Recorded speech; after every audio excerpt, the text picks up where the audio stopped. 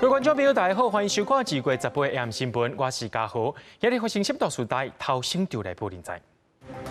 国内伫今仔日增加16个本土病例，北部大小金县染疫个同事，搁再去宗教聚会唱歌食饭，疫情破开，目前已经有24个人确诊。最近民众去防COVID咧，就爱去居家隔离大防疫旅馆。今麦政府也宣布指定时间人受COVID去大防疫旅馆，政府会替你出钱。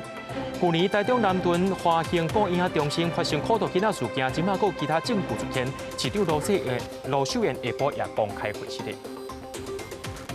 新闻一开始，赶紧来关心国内疫情消息。国内伫今仔日有增加51个带病入境，甲16个本土病例。一寡本土病例伫北部的宗教群聚感染案有15例，就是大小金县的同事伊去聚会唱歌食饭，搁再逼出来个案，目前已经有24个人确诊了。指挥官陈时中表示，来聚会人员拢是对各县市来的，而且是各行各业，这个案件就要特别注意。另外，进前桃园机场的警察检病经过调查，确定伊的病毒基因定数是甲别人无共款的，是另外一条独立的传播链。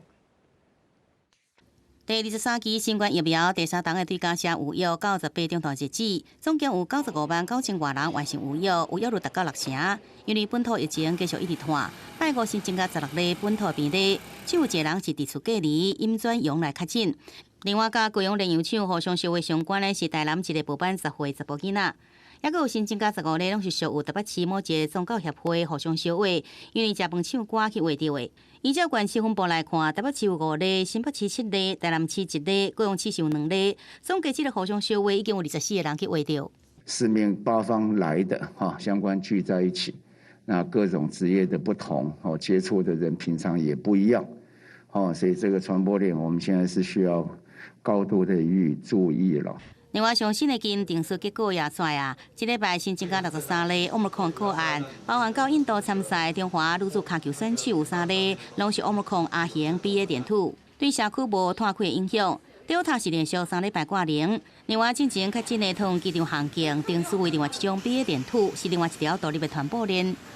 虽然是 BA.2， 但是跟高雄的序列也不同，是一个在我们新的一个序列。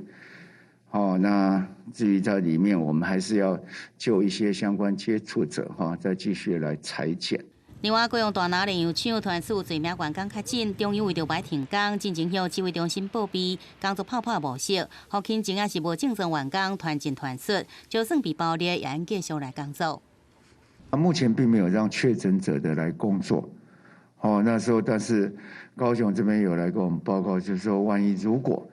大家都同意的话，那如果万一有这种轻症或没有症状，那仍然在这个生产上所必须的时候，那征求他们的同意，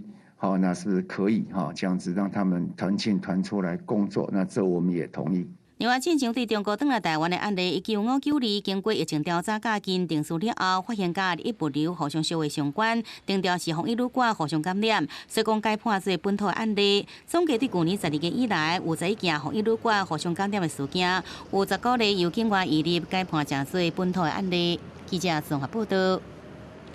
伫咧进前，新北市的室内设计师甲台北市的代销人员伫同一间餐厅内面用餐，这代销人员互人传染了后，搁再喂互2个同事。伊其中一位同事伫2月13时阵有去参加宗教协会的聚餐，了后搁再去唱歌，致使这疫情是搁再逼开。宗教的群聚感染案，敢若伫咧台北地区，今仔日就增加11个病例，其中有1个是国中生。在新北市邦桥某一间国中，18至20停课3天，因为有一个学生要甲台北市邦务代销人员，也就是暗号19816参加宗教团体聚餐唱歌，互酷类居家隔离采检阳性确诊。新北市18新增加7个本土的个案，拢甲这场宗教团体聚会有关系。这7位都是居隔采检阳，这次的这7位就是都有参与那个吃饭跟唱歌的，里面有3位只有吃饭。有4位是吃完饭一起去唱 KTV。新北室内设计师为何甲伊住同间的朋友，也有伫同一间餐厅食饭的台北市邦务代销人员了后，工课场有2个同事感染，其中一个参加台北市宗教团体聚会，先去食饭了后去唱歌，成员有为湘北甲高雄来的，有几啊对翁仔某、某仔囝、甲边仔囝，上细汉的敢若4岁，18湘北拢总增加11个本土的个案。他们曾经跟所有的团体里面的人一起聚餐，然后有去拜拜，然后最重要的是他们还有去唱歌。在确诊之前，他已经被我们因为他一起跟他吃饭，已经被匡列居隔。参加台北市宗教团体聚会成员，伫上北的行踪是真济。12至16，伫台北市有去过餐厅、KTV、百货公司、庙宇甲美国式的大卖场，嘛有搭捷运甲公车。伫新北市主要的活动范围是伫邦桥甲新店，有去过便利商店、全联、屈臣氏，嘛有搭捷运往回上北。目前台北市确认447个人居家隔离，目前有212个人采检是阴性，而且确认23个人预防性居家隔离，嘛扩大加530个人做采检，目前331个人采检是阴性，嘛呼吁行踪有定态的民众都要赶紧去做采检。记者综合报道。讲到高雄，伫今仔日要增加2个本土病例，拢是去参加这个宗教协会的活动，落尾做伙聚餐食饭唱歌所感染到的。这确诊者其中一个是科技公司国巨的员工，国巨伫下晡也对外证实这项消息，而且要甲这个相关的接触者扣列起来，厂房的部分有进行大消毒。目前公司是无停工，营运无受到影响。来到高雄南仔溪加工区，防疫人员已经进入采验。高雄18新增加2例本土病例，有一个是科技大厂的员工。市政府虽然无公开厂商，不过被动元件大厂国巨下晡主动发布消息，表示有接到卫生单位的通报，高雄南仔溪厂有一个员工确诊。早上就开始了。国巨声明，第一时间厂区全面消毒，无影响到整体营运甲生产，厂区也无停工。市政府也调发现，确诊的员工按19952是30多岁男性，甲50多岁的妈妈按19953同时确诊，2个人拢是上北参加佛道双修协会的宗教聚会，也甲会后去唱 KTV 感染到的。台北市的聚餐跟这个 KTV 的这个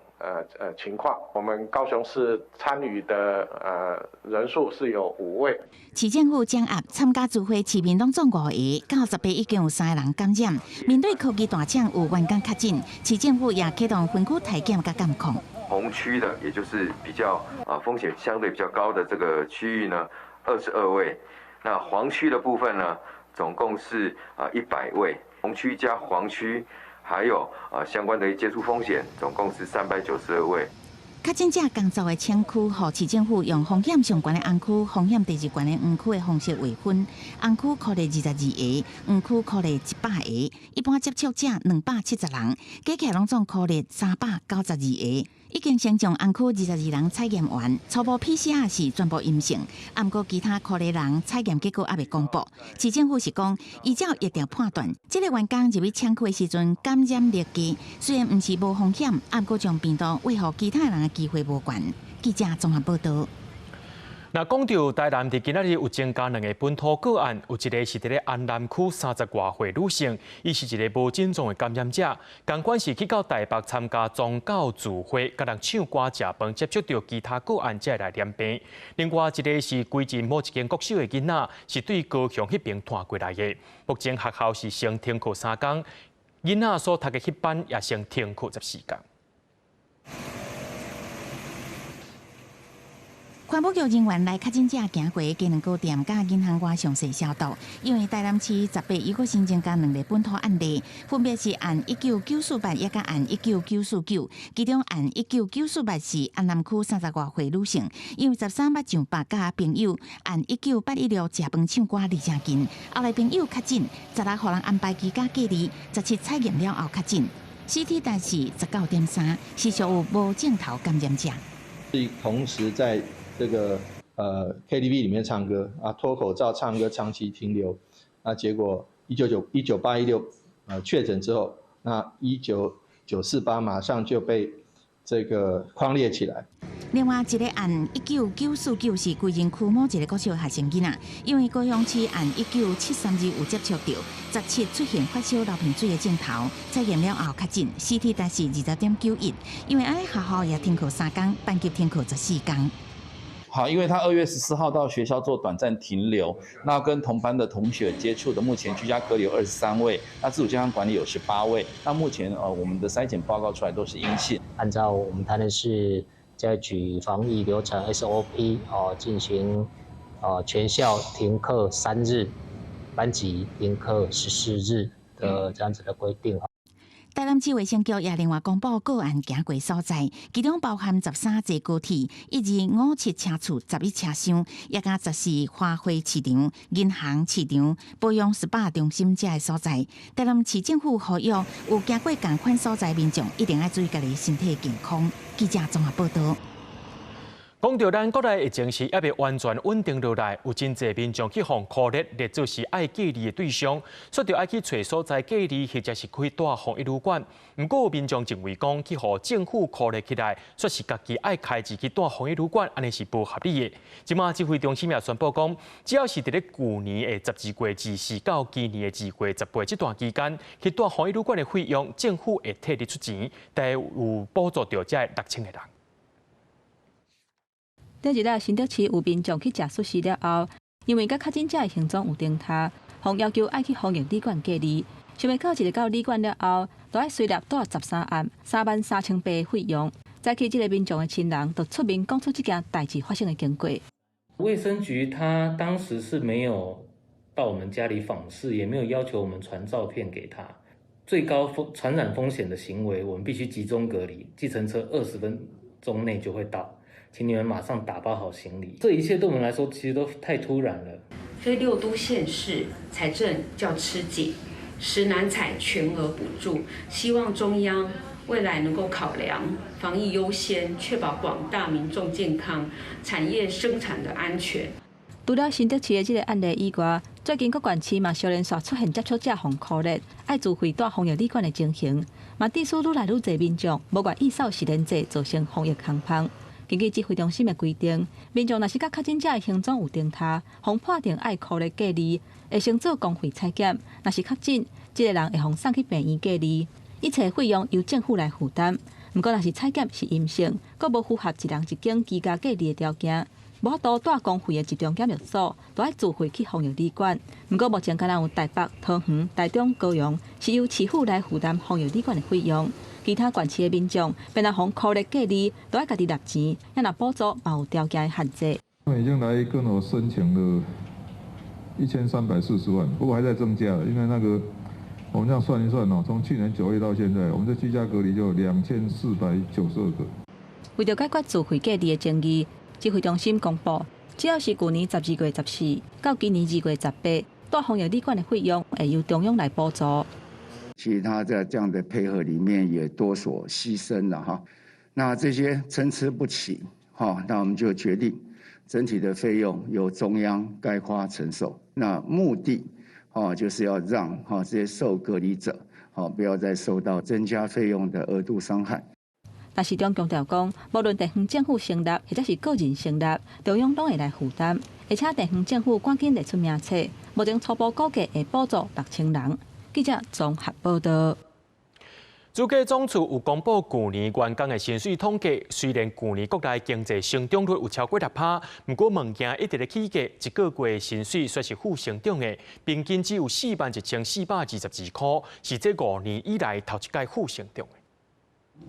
今年27岁阿草原本是乐团的经纪人，不过在疫情的影响之下，去互公司2届减薪水，就算拼命欠长内度，也是无够用。目前已经失职，决定在下半年去外国做山岗度假，重新开始。在台北租房子或者是一些生活用品类的费用，没有办法做太大的调整，从一些比较偏饮食习惯类的事情去调整。平常的支出这样子，同款红减薪水的，还有一个律师，去年当才转到去百货公司的专柜，都去拄到疫情，所以一直红减班。上班的时阵月薪敢若剩2万块。因为没有人潮，所以就没有生意。要不就是老板自己收店，那要不在大公司里面呢，变成等于是老鸟会排挤新人。主计总处公布110年红请的员工薪水的统计，就算去年国内经济成长率有到6.18%，表现是真好。不过，在物价大起的压力之下，去年实质经常性的薪水变作是负成长，是41422块，年减0.04%，是这5年来头一届去年负成长。这样的这个物价高涨侵蚀薪资的一个部分然后再加上疫情的关系，有企业又不加薪哦，已经超过这个平均值大概4年左右。我是觉得可能今年这个薪资要反弹，我是比较保守看待。另外，主计总处嘛，头一届发布各县市企业发予员工薪水的统计，以新竹市来讲，平均97万2千上悬，主要是特区厂商的带动。台北市86万3千是排第2，新竹县85万8千是排第3。虽然说薪水是比一般人多很多，可是相对付出的时间，在公司的时间也都很多。杨宗斌认为讲，亲像科技业、金融业等等的人员，虽然起薪是袂歹，不过伫个物价大起，还有疫情造成防裁员减薪水，才会相对的压力之下，敢会造成未来6度以外，贫富差异是愈来愈大的现象，这嘛是值得观察的重点。记者综合报道。劳工上界烦恼的就是做愈久，你的薪水却是负成长的。根据着行政院主计总处的统计，2010年各县市企业请员工的薪水，其中云林县一年平均的薪水是61万1000块。虽然不是来上加，不过却是有减少的县市。云林县政府表示，2019、2020年拢是61万1000块，会差几百块啊，是因为2020年前3季受到疫情影响，因县内的石化产业外销减少所造成。饮料店头家正伫无闲，每天至少要工作超过10点钟。今年38岁展示期在云林的李伦，家己开饮料店超过20年啊。不过这2年受到疫情的影响，生意减少2-3成，加上原物料一直起，只有家己现金条咧，根本无给的钱，会用请员工来到顾店。疫情的关系影响很大，就像我们现在要请人的话划不来，就是要老板兼员工这样子一起做，哎呀。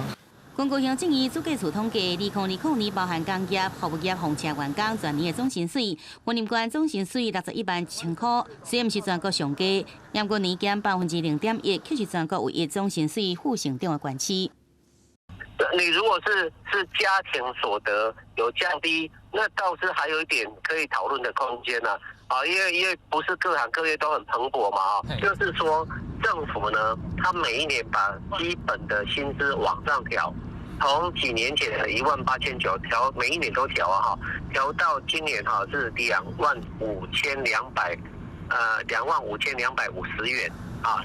云谷工业区厂商协进会表示，以工业区来讲，外销减少影响收入，不过大部分的公司以长久的营运规划，员工薪水也是有小可来成长。对此，云林县府讲，其实2019年到2020年，原来总薪水差不多拢是相款的。所以这个所谓的0.1% 的降幅，其实大概就是几百块钱的差距。那当然呢，在109年，因为整体受到疫情的影响，所以我们云林县的石化产业有非常大的这个受损，所以也会导致于这个所谓有些幅的这个受到影响。云林县府表示，2020年云林总薪水全国排第10名，不过为了调整县内整体产业的发展，包含保中机械园区、冷链物流园区、加高科产业、加大园区，拢有上述计划来等待中央核定，希望中央会用尽早协助来通过，提供予民众更加多工作机会甲收入。记者综合报道。对着阮的镜头来看在地上大条，去年台中南屯华兴顾婴中心发生苦毒囡仔的事件，今仔日搁再逼出新的证据咯。有家长伫咧最近看到一个监视器画面，讲这内面有各位老师拢有虐待囡仔行为，甚至是甲囡仔扒头壳、甲囡仔扭骹伫咧涂骹拖，因为社会局伫咧暗砍业者。台中市长罗秀燕下晡也公开来甲外界回实的，表示会甲涉嫌的人员移送法办，而且要求社会局伫时间内就要提出调查报告。幼婴坐伫椅仔顶，老师行过位头甲扒落去，还佫有婴仔用伫哭，互落双骹头向下拖咧行，这个过程全部互监视器翕来。台中南屯华兴托婴中心去年2月爆发虐待囡仔的事件，不过学生囡仔家长10倍出面指控，家己是一直到最近有看到监视画面，才知影家己的囡仔也互人安尼对待。不过负责调查的社会局拢无通知。谩骂、关、摔、捏、打头。嘴巴塞布，然后让婴儿没有办法发出声音。我看很生气，然后也觉得说，为什么这个明显的状况，然后当时在查办这个虐婴案的时候没有看到。台中市长罗秀燕18下晡紧去召开记者会，甲社会局长等人向社会大众行礼会失礼。伊表示，旧案发现新事情都是行政疏失，当时敢若针对4名托育人员罚6万块，显然无符合社会期待。托育中心内拢无管的教务人员属有共犯，全部爱移送法办。那其他有2名，至少有2名的在同一个现场的这些这个保姆那教保员他是坐视不管的，所以我们认为是共犯，所以不是单一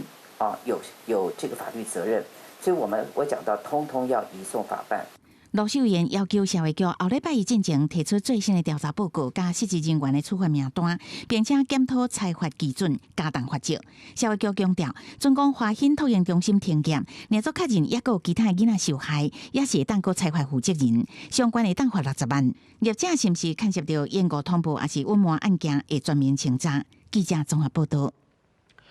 伫咧桃园有一名姓罗的查某学生，4年前伊骑奥多摆经过龙潭的杨东路，却因为这车路出现悬架感，害伊骑奥多摆规个厝倒，造成因脑部功能受损，伊规世人就要靠别人来照顾。学生的家属提起国赔，案件上诉到最高法院，昨认定桃市政府的养工处有疏失，依期2审的判决，就要赔人2500块万。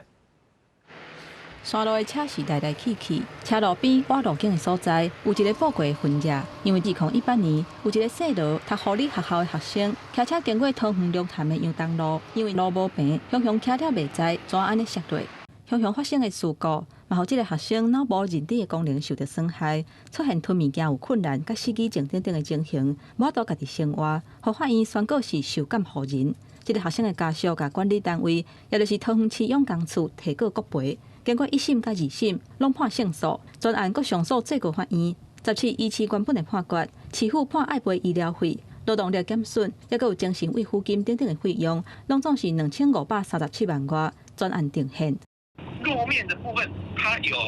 这个高低落差，在这边它没有做防护措施或是警告的标志，所以民众从那边骑车经过之后，重心不稳就跌倒了。国家悲伤的第3条的部分，它是采取不过失的责任。就是造成这样的结果之后，国家就要负相关的赔偿责任。桃园市政府对这起车祸事故表达最深的遗憾，并且尊重司法的判决。但是再怎么样高频度的巡查，也很难做到滴水不漏。在此要呼吁所有的用路人，请务必遵守交通规则。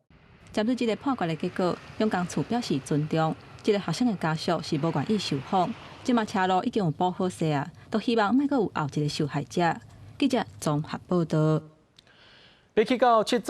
彩湖的南投丹大林道，对顶个月24开始开放2轮的交通工具入去，所以也出现一寡交通问题。亲像这个月17，就一个民众骑奥多摆要过弯的时阵，摔落山坎，落尾送到病院，也是救无回来。甚至有民众发现讲，有骑奥多摆车队规定人骑车去到七彩湖，恐惊会造成环境的冲击。南投林管处表示，18有含台电协调管制，毋是公务车辆，拢先暂停出入。救援人员落去山坎真无简单，才将4台骑机车落落山坎的人救起来，因为山坪真惊，要甲救起来真无简单。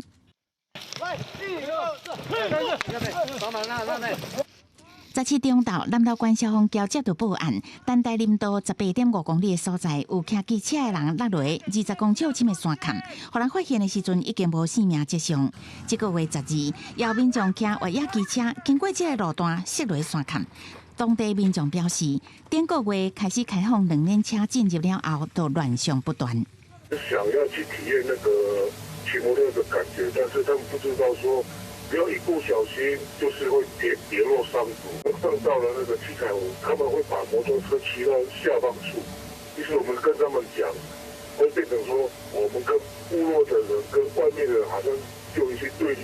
山友的这张空翕相原本拢看一烟青色的，有一条真明显的道路。无远远的所在，就是甲花莲隔界的七彩湖。啊，毋过有大量骑机车的人将机车乌袂停，也佫有袂少人直接骑到七彩湖边，毋但侵犯到保护农作的领域，对生态也是一种伤害。所以它是非常容易崩的一条林道。那它常常会坏，所以每年要修，每年坏，每年修。其实骑那一种路本身就是很大的风险。林管处虽无管制法源，但将协调台电公司共同执行管制非公务车辆之进入。南投县林管处表示，单台林道因为毋是林务局公告的林道，无法源限制二轮车进入。不过最近意外真济，18开始甲台电协调管制，18早起已经劝离开4台机车甲1台汽车。另左右有山友硬要入去，林务局要邀请警方以违反社违法上班。记者综合报道。所以来带观众朋友来看国际新闻，为着要检验日本福岛的核废水甲透薄排入去大海的安全性甲过程，联合国国际原能总署所组成的专家小组2月14起到日本查核，伫今仔下晡也召开记者会，针对日本要排放核废水的作业工程，这专家小组是肯定日本的做法。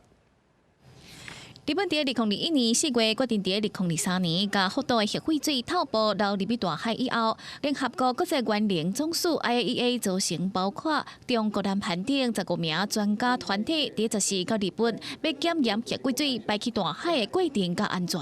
而且佮去福岛核一厂视察。The team of experts dispatched by the IAEA also collected water samples and obtained important technical information this week. 日本排放核废水的时间，如果为2023年的春季开始，要设置一条通去大海的水管，排放超过100万吨的核废水。而 IAEA 的专家团体伫15、2天视察福岛核一厂的时阵，毋但听报告，佮检验透过 ALPS 导核素气流设备处理核废水了后，佮透薄的辐射状况。因伫17个中央金山省当家政府开会了后，伫18做实行记者会，对于当地的废水排放的前置作业评价是肯定的。The work is still in progress, but we have made a good start in our review with this week's mission. The IAEA task force will release a report on this week's mission in about 2 months' time, with more detail about the specific technical issues discussed this week. 虽然 IAEA 已经保证伫废水排去大海的进程过程甲以后，拢会做视察甲监测，严格排放的决议有关乎当地居民渔民真烦恼，会加深外界对在地食品的误解。真侪居民毋望 IAEA 若是认为这个计划会当做，爱提供更较侪证据来说服民众。国视新闻台是同朋友。讲到南韩因10月一天超过10万的人确诊，不过因的政府却是宣布要放弃实联制，甚至要把这店家开店的时间搁再延长。另外，南韩3月就要进行大选咯，今麦也决定讲这投票日迄天，伊投票时间要来延长，上尾啊点半钟，互确诊者甲当地隔离的民众会当出来投票。另外，世界卫生组织发布一个上新的指引，就是建议各国把这个无症状的感染者的隔离时间缩短，对本地14天减少到10天。另外，美国的加州和华盛顿州拢宣布讲，这室内会当免挂嘴啊。韩国过一天新增加确诊的人数创下新高，18通报超过10万人染疫，今嘛本土病例持续伫冲高，月底恐惊会出现过一天17万人确诊的人数。伫 Omicron 拓了真紧的情形之下，政府选择放零防疫限制，取消实联制，甚至延长店头营业的时间。 내일부터 모든 시설의 운영 시간은 22시로 조정됩니다. 이외에 사적 모임 제한 등의 모든 조치는 현행대로 유지하기로 하였습니다. 离韩国大选剩无3礼拜，英国内出现上大一波疫情，国民之党候选人安泰秀因牵手，即马传出确诊，所以就要取消扫街拜票，减少甲选民的互动。也人去画到的人数是持续伫冲高，按算到3月初9迄一天，过一天会超过20万人确诊。总统文在寅主持的国务会议正式通过修正决议案，甲法定选举的时间为原本早起6点到暗时6点，然后到暗时7点半。这个加出来的点半钟，是要互确诊者甲隔离的人会当伫这段时间出门投票。另外，确诊的人数日头增加，嘛造成欠骹手的问题。世界卫生组织伫17建议，有条件缩短隔离的时间。未来若是无症状的人，隔离的时间会当为14天缩短到10天。若是采检是阴性，7天就会当解除隔离。 What we're announcing here today is about turning a page, moving from this crisis mentality to living with this virus. 在欧洲几个国家取消防疫相关的限制了后，美国嘛开始有新的防疫阶段。加州室内喙暗的禁令，伫2月16解除。除了部分的地方政府也有一个禁令，若无未来入去店头，也有室内场所，就唔免搁挂喙暗。It's about time. Yep, I'm ready to get rid of them. 华盛顿州嘛，伫咧办理，按算3月21开始取消室内挂喙暗的规定。也若为3月7日了后，民众参加大型的活动，嘛免摕疫苗的证明或者是阴性的检测，要向甲病毒共存的方向来行。公司新闻王碧文编译。美国国务卿布林肯17日联合国安理会指控罗西亚，讲罗西亚会伫这几日可能会编一个理由出来，通好来攻打乌克兰。这个理由恐惊是受到恐怖攻击、无人机攻击，甚至是化学武器的攻击。不过罗西亚的官员却回应讲，这美国是家己想家己对，实在是下面子。联合国安理会17针对乌克兰紧张的局势召开公开会议。罗西亚外交副部长维尼辛尼大声发言，呼吁各国唔通听遐有空无损、唔是事实的指控，互安理会变甲乱吵吵。呼吁西方国家都要回去到外交的路线，来寻求和平解决的方法。Уважаемые коллеги, в завершение хотел бы выразить надежду, что представители западных стран удержатся от соблазна в угоду телекамерам превратить наше сегодняшнее заседание в площадку для безосновательных, агрессивных словесных упражнений. 维尼辛尼也阁特别讲到，住伫乌克兰东部遐个罗西亚的居民，讲因伫咧家己的国家，互当作是外国人伫看待，也阁成做乌克兰军队的目标。在场的美国国务卿布林肯是延续1月中美国国防部公布的危机行动的内容。伊讲，这几天罗西亚可能就会看一个影生一个囝，变做出兵乌克兰的理由。手段可能会有恐怖攻击、无人机，甚至是化学武器的攻击。伊讲，罗西亚会甲攻击定位做种族清洗，或者是种族灭绝。We don't know exactly the form it will take. It could be a fabricated so-called terrorist bombing inside Russia, the invented discovery of a mass grave, a staged drone strike against civilians, or a fake, even a real attack using chemical weapons. 联合国掌管政治甲建设和平事务的副秘书长德卡洛讲，乌克兰事态发展，各方面的讲法是互相矛盾。一边讲家己为边境撤军，另外一边讲攻击是袂当搁等。伊呼吁大家都要保持冷静，党啊都要含泪，通过外交的管道来解决冲突。而且讲德国、法国、罗西亚、乌克兰以诺曼底4面形态所形成的新兵司克协议，是和平解决乌克兰东部的冲突唯一的办法。公司新闻王慧文编译。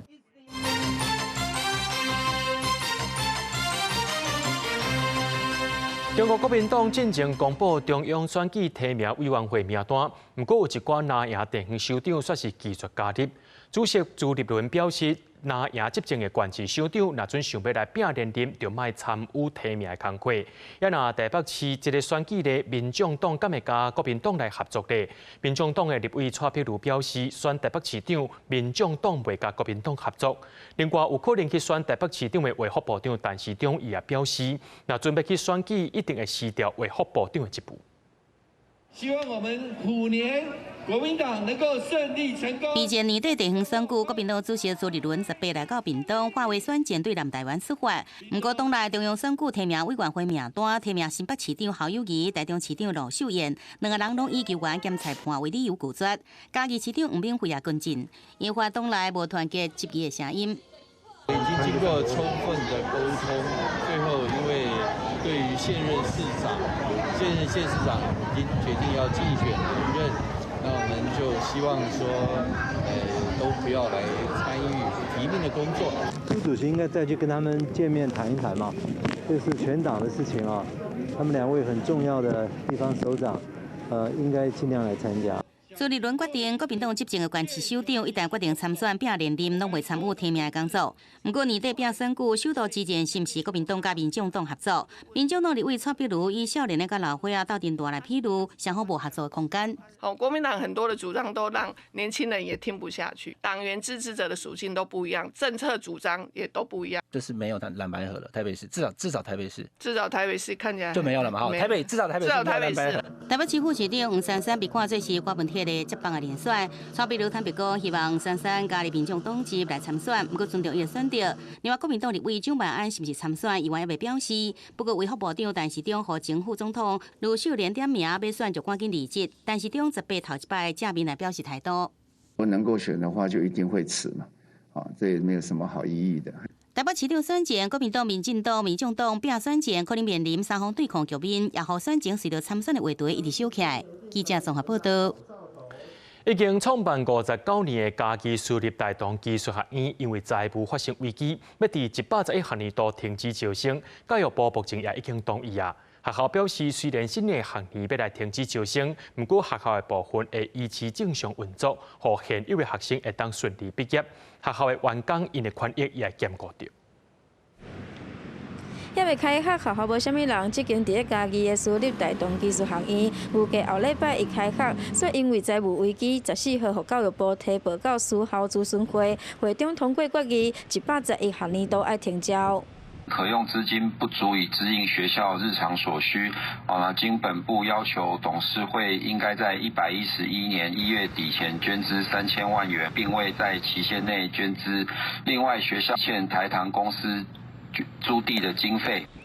教育部表示，学校资金无够，佮欠台糖公司租地的费用，校产佮校务互法院冻结，惊教职员互欠薪才要求停招。毋过学校回应，伫1月的时阵就召开过董事会，决定要停招。现有的学生佮有教职员的权益是未受影响。我们银行的现金呢，目前是足以支付台糖的权利金。那我们希望台糖公司呢，可以尽快帮我们解除这个账户的冻结，让学校的资金运作、学校运作可以一切正常。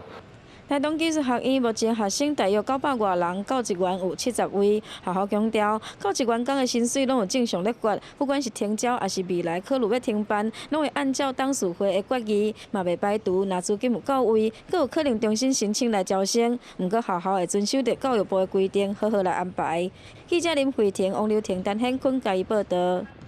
中州科技大学和大同技术学院去互教育部下令111学年就要停止招生。教育部指出讲，即马只要是监控的学校进行摆，就会提报咨询会判断，看敢是要先停止招生无。这也是互别个学校做参考，有心要开学校，就要有十全的准备。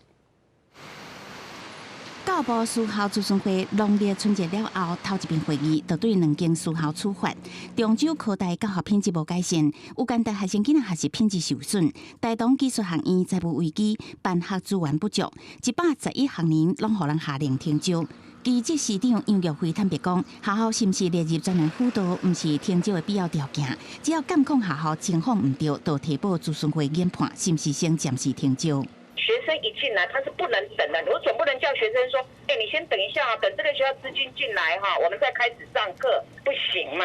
现在一年就是往前走了。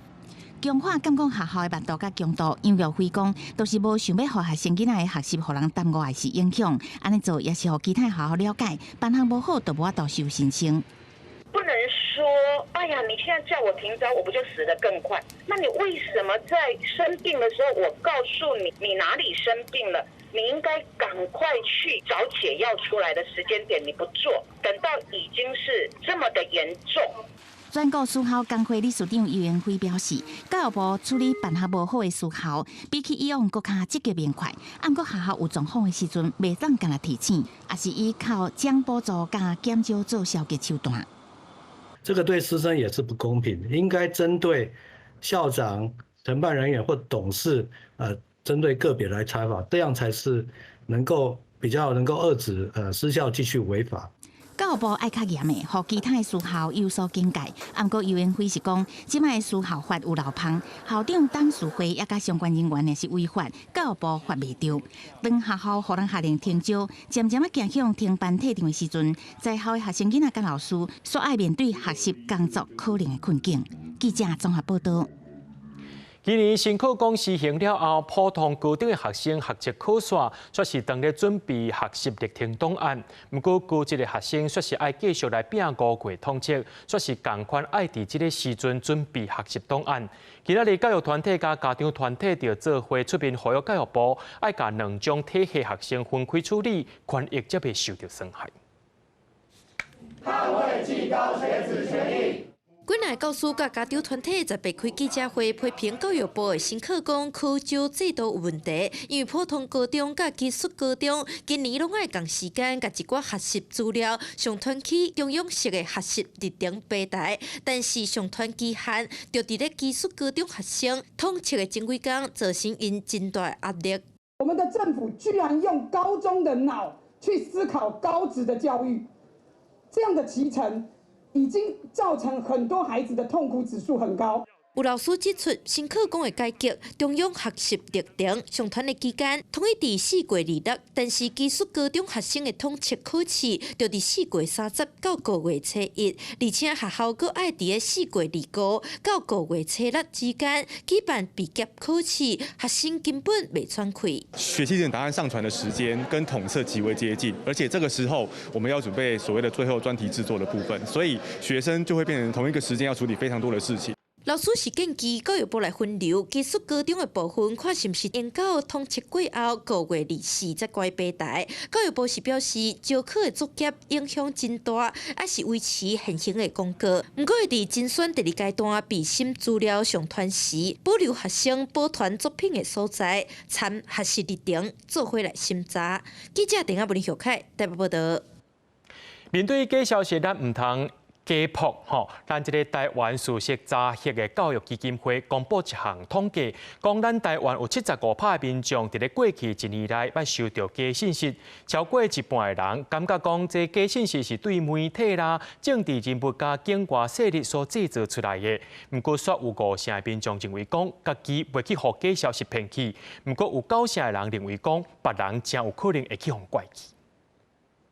无论是啉白酒防新冠病毒，还是啉茶避免感染，有真寡无实在的资讯充满伫生活中，毋过民众敢拢知影。台湾熟悉早熟教育基金会公布最新的调查，有75%的民众最近1年收过假消息，9成认为这对社会影响严重。超过一半的民众看法是，媒体工作者、政治人物加境外势力上接制造假消息，以网络甲手机传播上济。手机或者是网络是最常被认为接收到假讯息的地方，但民众也认为，包括电视媒体也是一个重要的传播管道。调查也发现，超过一半民众感觉家己被哄骗，不过有9成人认为别人会互影响。只不过有一寡熟悉早熟机构伫调查中，敢一半民众知影，而且有5成无使用过。内都想要抓假消息，有9成支持立法，要求社群媒体建立自律机制，也有6、7成点出，就算损害言论自由，政府甲科技业者也必须限制假消息流传。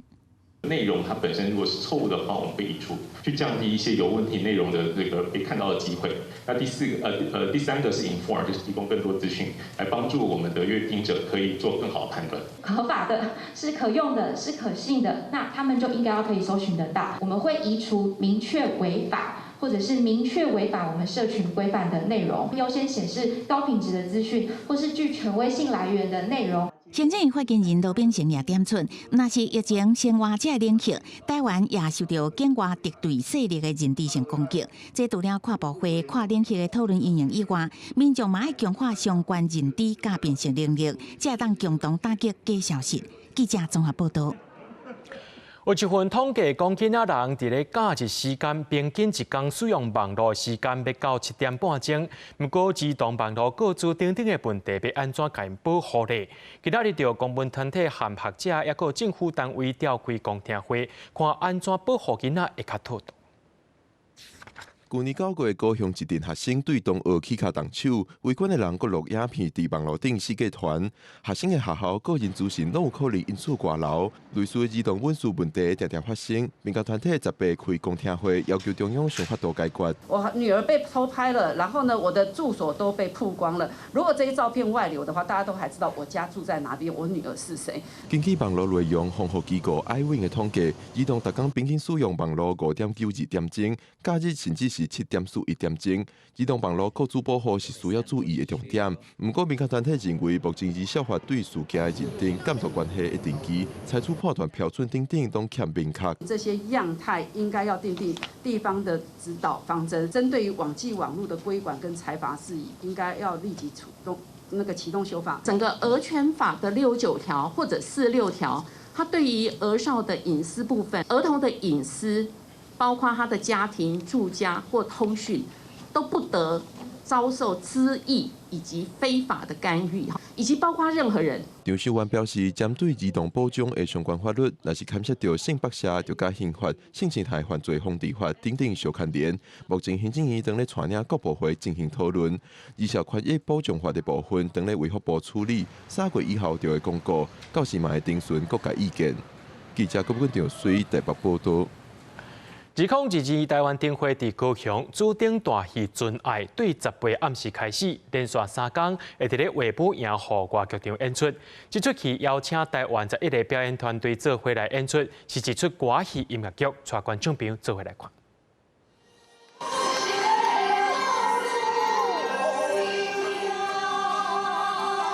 舞台顶唐美云、柯秀妮等等，拢是传统戏剧大师级的演员，大家做伙演出，带开观众真惊喜。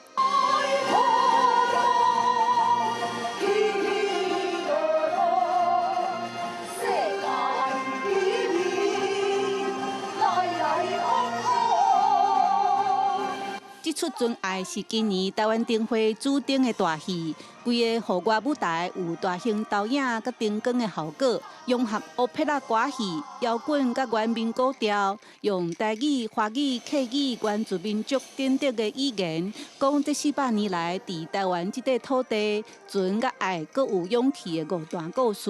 包括所有的灯光的这些效果、音响的这些澎湃，都会跟着我们这一次邀演的11个团，然后24个名家同台竞技的这么一个舞台。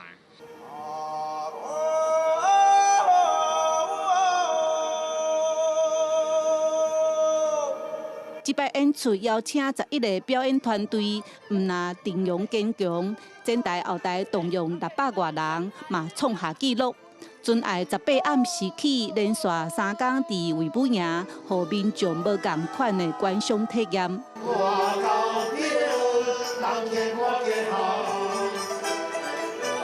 记者大家文华为做高雄报道。 2月1日是联合国的世界母语日，文化部特别对今仔日开始举办3天的国家语言文化生活节，邀请到母语团体伫现场摆摊做文化交流。总统蔡英文伫咧生单位的时阵，也特别用母语甲囡仔互动，伊强调这个111项年度各中小的本土语言列作必修，是政府立法要保存语言的决心。伊也希望社区政府机关会当打造友善母语的环境，互母语生活化文化。 继续生团。啊，你有个人有讲母语无？伊是讲华语的。要讲台语的哦。伊是讲华语。哦，华语的哦。哇，他连华语都讲台语。5岁乖囡仔甲总统用母语开讲，总统唔拿学了伊介绍讲台语，也鼓励伊伫咧幼稚园加甲朋友讲。世界母语日2月21是特别到啊！文化部伫2月18到2月22，专工办3天的国家语言文化生活节活动，邀请包括台湾手语、马祖麦当语、台语、原住民语、甲客语等等国家语言的团体，伫咧台湾文学基地摆搭，做下世代下语言的交流。总统伫咧致辞的时阵，也强调对保存母语的重视甲决心。从今年111年学年度开始，包括马祖闽东语在内的本土语言和台湾手语，都会列入我们中小学的必修课程。在学校之外，我们更要让母语走入政府、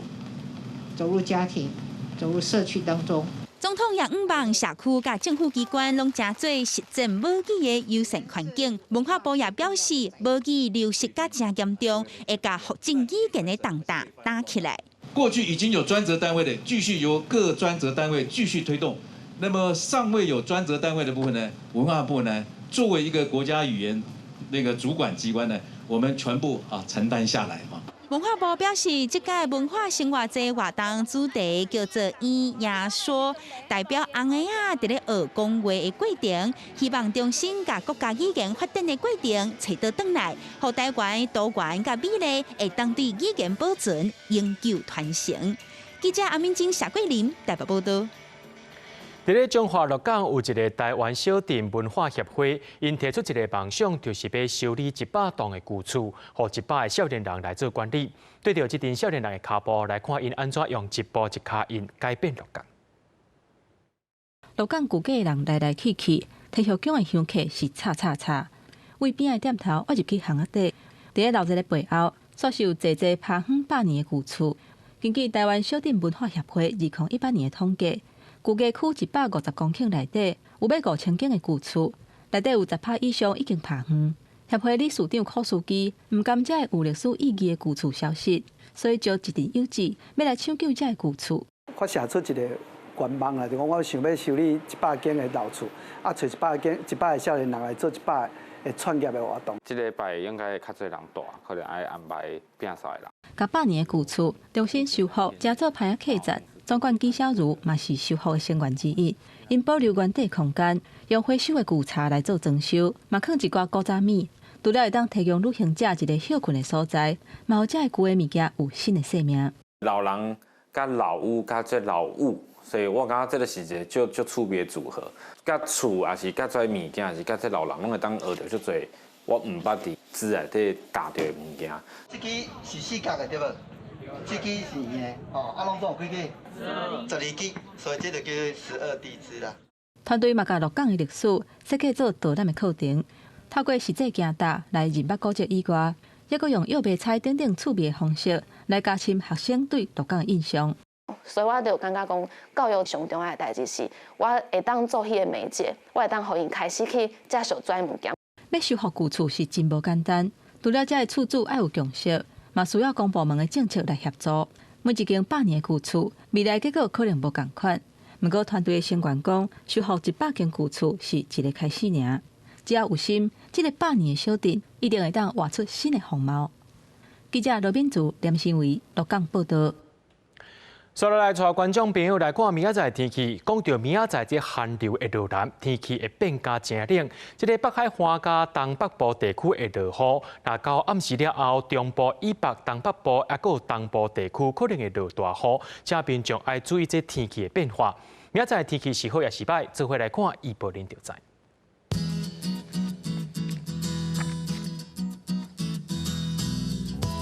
基隆到新竹是对14度到16度，苗栗到云林对14度到19度，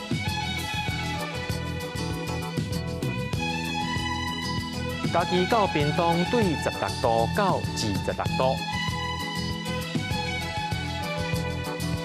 宜兰花莲台东对16度到25度。平湖金门马祖对8度到16度，还有未来3天的气象。